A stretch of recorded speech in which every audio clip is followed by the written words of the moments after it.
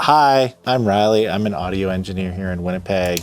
We're here at No Fun Club. I just want to take everyone through a sample pack that I made for the studio. So we've got drums recorded to tape and drums not recorded to tape. We've got some hi-hat loops, which is a fun thing. Even reverb samples that you can use as your own reverb. Sounds from synths in the studio and doors slamming, people dropping keys, just some interesting sounds. I'm gonna be showing stuff in Ableton Live, but you can do this with any DAW. It'll just be slightly different setting things up. So let's take a listen to some of the samples.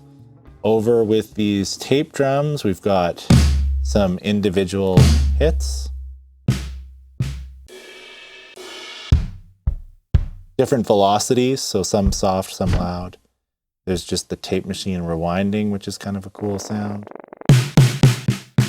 And then we even have loops. So this is all those sounds being played together through the tape machine with some compression and cool effects. And this was all recorded with the Neve console in Studio B. So of course I can drag these into a project, and in a DAW like Ableton, it's gonna adjust to the tempo. All sorts of things I can do to adapt it to my song. What's useful too is I have these big drums with no cymbals. It has some loops that don't include cymbals. So I can take something like that, and then I can go over here to these hi-hat loops. These are just hi-hat. Hi-hat's hard to program because there's so much variation. So now I have these different hi-hat loops that I could pull in over top, and I can just try additioning some different grooves.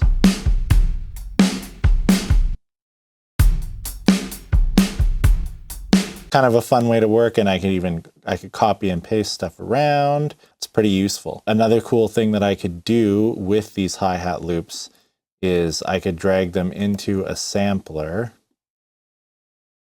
and go into the slice mode. And then I actually have the ability to access all of those individual hits and reorganize them into a new part.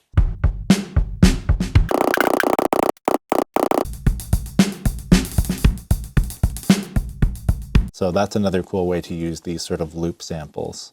I'm going to demonstrate what an impulse response is. So an impulse response is, if I listen to it on its own,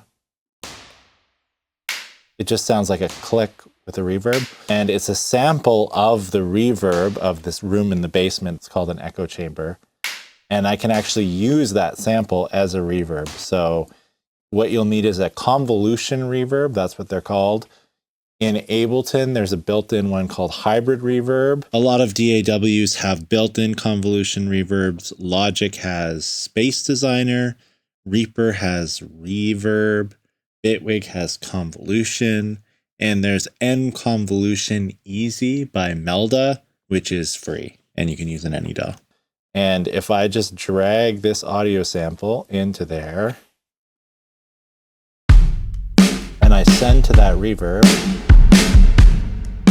so I'm just setting the blend to be only the convolution reverb, that's actually the sound of the echo chamber in the basement.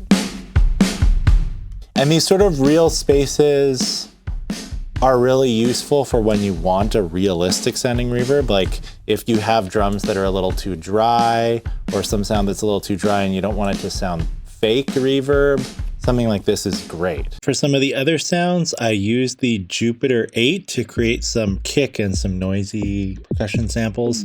I thought this would be cool because the Jupiter 8 is really more known for lead and pad sounds, and there's a lot of samples of it doing that around. So I thought it'd be cool to just do something different with it. There's some different sounds from the ARP 2600, some sound effects type sounds. And there's a folder of samples that Rob made at a synth museum, one-shots and loops. And we just have some assorted samples of various sounds around the studio. So hopefully that gives you a little bit of an idea of what's in the sample pack. This is just stuff that we really wanted to share with people, some cool sounds from the studio. And it's totally free to check out, so go click the link and visit our website. Oh.